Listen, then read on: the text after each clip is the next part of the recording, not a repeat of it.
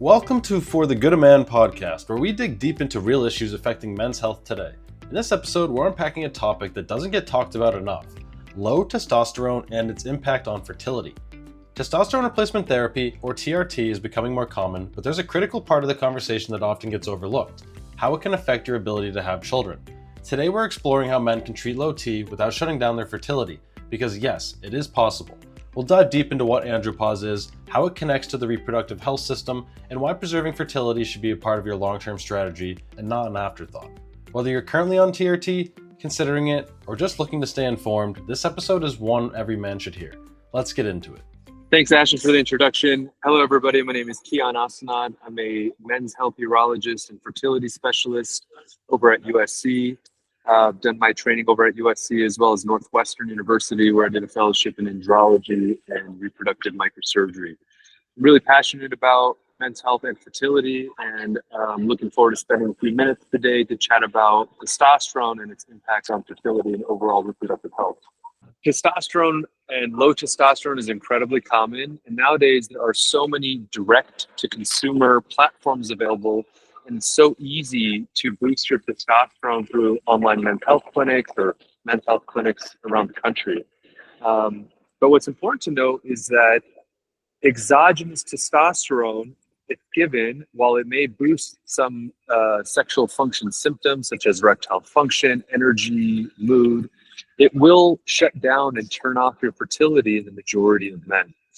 And so as we get into this space, it's really important to understand that there are fertility sparing methods to boost your testosterone, and there are testosterone replacement therapy options that will turn off your fertility. Certainly. Yeah, that's pretty much the main topic of the beginning of our conversation, at least, and one of the big questions that I wanted to tackle. So I know you said that there's a lot more of these direct-to-consumer online men's health platforms that are pushing out these low T treatments. Yes, that may be good, but would you say this is creating a bigger gap, maybe, per se, in the knowledge of, yes, testosterone boosting, but what comes with the fertility preservation and possibly damage as well if not using the right treatment? Yeah, there was a really nice study done, published by a friend and colleague of mine, Justin Dubin.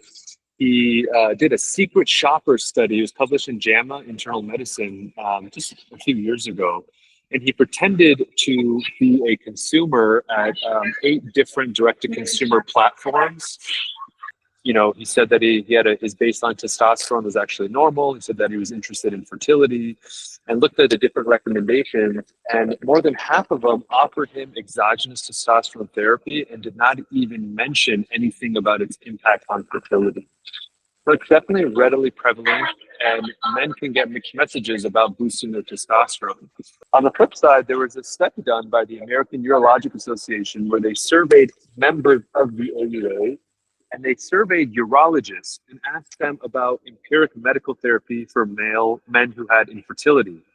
And 25% of urologists stated that they would treat male fertility or infertility with testosterone. So it's incredibly common, and it's a common misconception that giving exogenous testosterone can boost your fertility, but really it does the opposite effect. So it's not just a malicious practice in online consumer platforms. It's pretty common among community urologists who don't have a lot of experience in the male fertility space. Yeah, right on. I guess to follow up on that, and I guess a question for people that are new to this discussion, can we just touch on the difference between natural testosterone production and exogenous sources? Absolutely. So the testicles have 2 roles. They make sperm and they make testosterone. And so your brain secretes a hormone called GnRH, or gonadotropin releasing hormone. It acts on the pituitary, or the anterior part of the pituitary, to secrete 2 other hormones called LH and FSH. LH stands for luteinizing hormone. FSH stands for follicle stimulating hormone. Both of those hormones act on the testicle. LH tells the testicle to make testosterone, and FSH tells the testicle to make sperm. And there is a feedback that happens when the brain senses testosterone and senses sperm, then it lowers the production of LH and FSH, and round we go. When a man takes exogenous testosterone, the body just sees a ton of testosterone, right? The brain just senses a ton of testosterone, doesn't know where it's coming from, whether it's from the outside or from the testicle. And so its natural response is to turn off its normal production. So the brain kind of stops sending the LH and FSH signals. It stops telling the testicle to make testosterone and make sperm because it sees tons of testosterone in the body. And so testosterone has, many roles in men, right? It's the main androgen or male hormone. Plays a huge role in muscle building and energy and growth and pubertal development, and also plays a role in sperm production. So, the sperm cells need testosterone in order to grow and reproduce. So if there's no testosterone from the testicle, there'll be no sperm either. So testosterone production is important for sperm production. I guess right along the same lines, we just talked about natural testosterone production maybe tapering off later in life and needing one of those external sources. What do we mean exactly when we say andropause in this discussion of low T in men? Yeah, andropause, kind of like we think of menopause as when we get older, they experience hot flashes. We know women over the age of 35, they have decreased egg quality and quantity. They're born with a limited number of eggs. And at some point, their ovarian cycle decreases and they stop having menstrual cycles and they experience symptoms of low estrogen and that stimulates menopause. And in andropause, there are some studies that show that as men get older, the testosterone production can decrease with age. In some studies, the Massachusetts male aging study have shown that maybe testosterone production decreases 1% every year. But conversely, actually, I think what we now know is that as men get older, if men are able to maintain their health, as they're getting older, they're not having other medical problems such as diabetes, heart disease, high cholesterol. The majority, if not all men, are able to maintain their normal testosterone production. As men get older, it's not that their testosterone production just declines because they're older. It's because they become more unhealthy. They have other medical comorbidities. And a lot of those things, obesity, those impact testosterone production. So as men get older, typically due to other medical comorbidities, they experience a decrease in testosterone production and can experience signs of hypogonadism, which refers to low energy, depressed mood, excessive fatigue, erectile dysfunction, increased body weight, decreased muscle mass, even decreased bone density, a host of different symptoms that can occur. That's perfect. That answered our next question there. So we can, I think we've talked enough about andropause and what it can do in terms of fertility, as well as just your overall health, like you just mentioned, outside of the reproductive aspects. So let's go and hop over to talk about the diagnosis and treatment options for those concerned about low T, but also fertility at the same time. So that's the main focus of our discussion tonight, is to talk about low T and fertility. So what is the best way to tackle low testosterone while also preserving fertility? Yeah, so it's a complete hormone panel. So I'll send patients for a total testosterone level. A testosterone less than 300 is considered low. Also send a few other hormones that are important for testosterone and sperm production. So we'll, like the hormones we mentioned, we'll check an LH, we'll check an FSH, I'll check an estrogen level or estradiol, as well as a prolactin, which is another hormone secreted by the pituitary. So 5 different hormones that need to be tested between 8 to 10 in the morning for a morning blood test. Don't need to be fasting, but does need to be a morning test because that's when the testosterone levels peak. So we want to see what the peak levels are, not when it's 3, 4 o'clock p.m. when the levels dip down.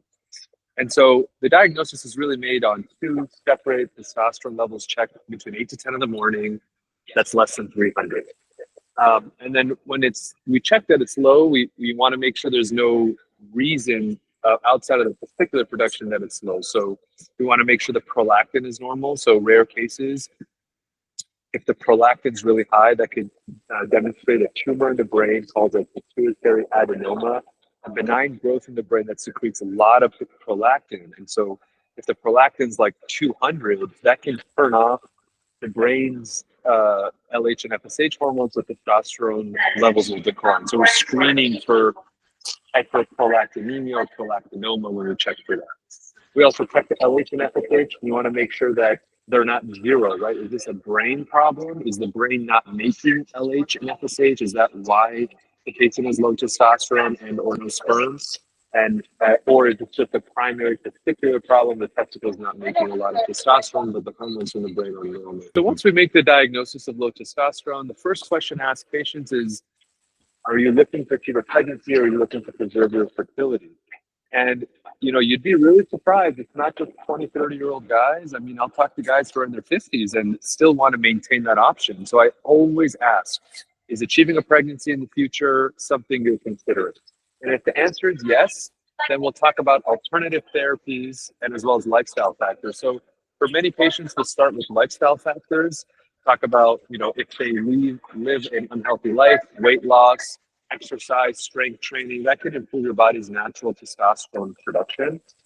And sometimes we'll combine that with medication or just go straight to medicine. And these are commonly medicines that are used off-label to improve the body's testosterone production. So medicines such as clomiphene citrate or granulated clomid, medications such as anastrozole, as well as an injection called HCG. And these medicines work in different mechanisms to improve your testicular normal production of testosterone. So for example, clomid, it's known as a SERM or SERM or selective estrogen receptor modulator, fancy term that basically what it does is it tricks the brain in thinking that there is low testosterone and estrogen levels because it blocks the feedback we talked about to the level of the brain.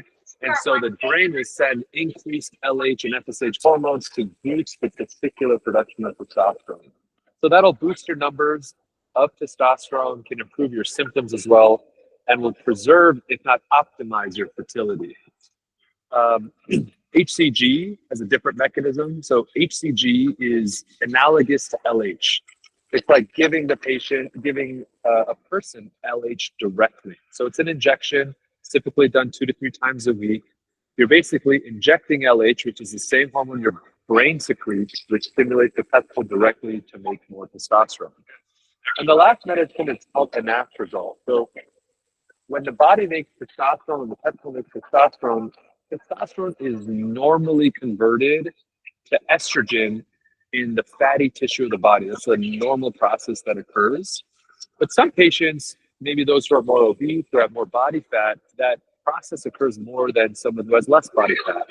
More testosterone is being converted to estrogen. So many obese men have low testosterone and high estrogen.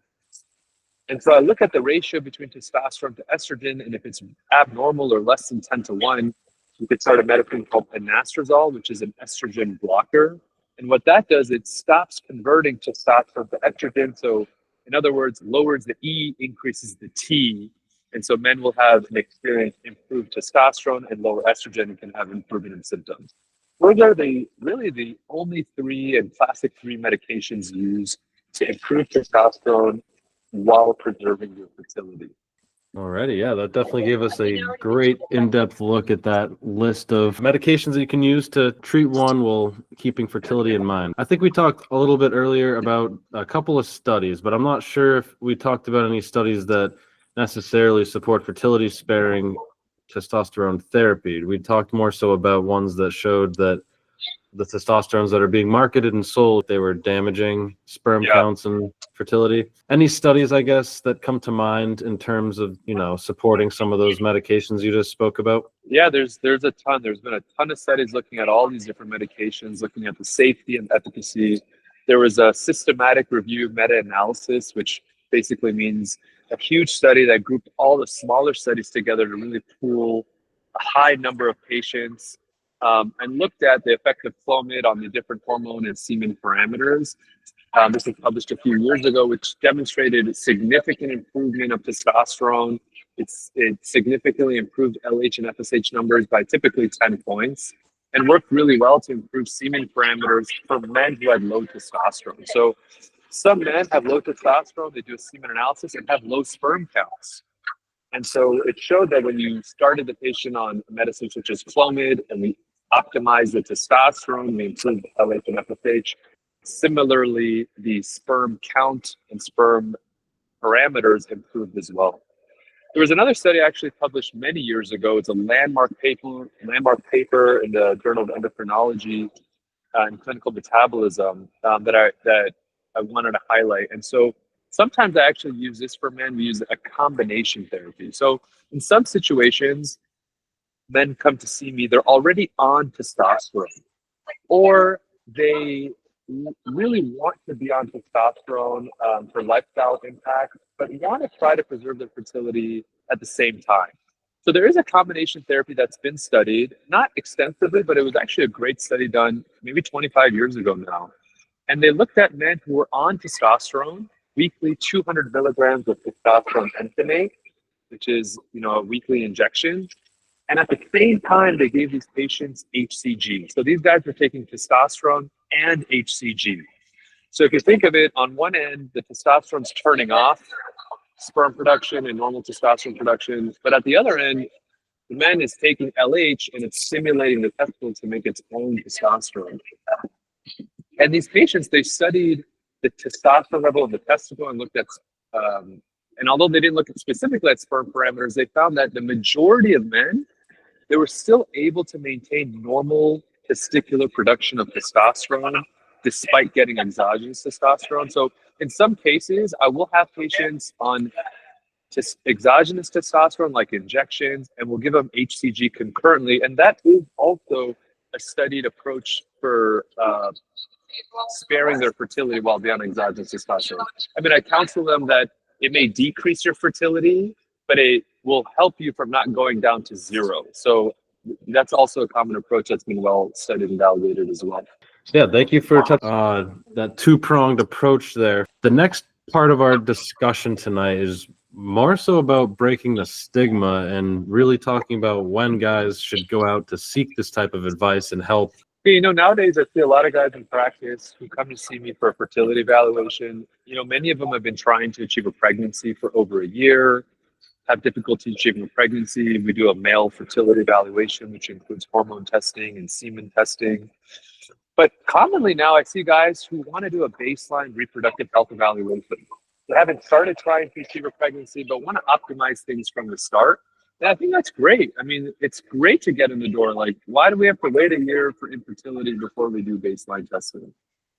The testing is easy enough. It's a semen test, hormone testing, and a physical exam. And so I think guys who are looking to achieve a pregnancy and want to evaluate their baseline reproductive health, I encourage you to see a urologist to get that done. And it's easy to do so. It's very non-invasive. Once a patient is on a treatment protocol, how often do you typically follow up with these patients who are on these therapies that we discussed? Yeah, so I'll start them on a medicine, and I'll typically see them back in 4 to 6 weeks with a repeat testosterone level after being on the therapy. And I want to see how they're doing from a symptom standpoint. Like, is their energy better? If they had symptoms, is their quality of their erections better? Is their sex drive improved? And then I'll have a repeat of testosterone level to see what their actual levels are doing. And if the levels are not totally optimized, we can increase the dose if needed and get them where they need to be. Once we get them on a good dose after the 4 to 6 weeks of the initial treatment, I'll typically just see them every 6 months while they're on therapy to do blood work to make sure things are safe. If we're also doing it for a fertility standpoint, after they've been on the therapy for 3 months, we'll do a semen analysis, right? Because the cycle of sperm is about 2 to 3 months. So they'll be on the medication for 3 months. We'll repeat a semen analysis. And that'll give us the kind of optimized sperm numbers on therapy with optimized testosterone. And then again, I'll just see them every 6 months with repeat blood work and a repeat semen analysis if there's no pregnancy achieved. Alrighty, so next question here. Is there a median age range for that? But I've heard of people in their early 20s maybe that are training very hard for Ironmans or very hard races, whatever the sport may be, and they're actually testing with low testosterone numbers, levels. So what would your advice be for someone at that age who may be entirely new to this whole men's health space? Where do you even get started? Yeah, I mean, I'm just very honest with guys. If they have low testosterone, we want to make sure they have low testosterone and symptoms of low testosterone. I really try to stay away from exogenous testosterone in guys in their 20s to 30s. Yes, it could be reversed. It could be rebooted.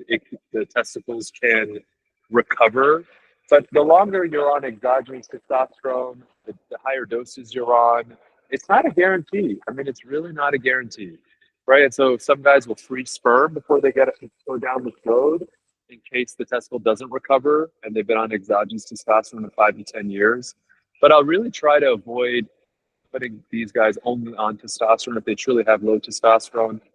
I'll at least try to incorporate some sort of HCG concurrently.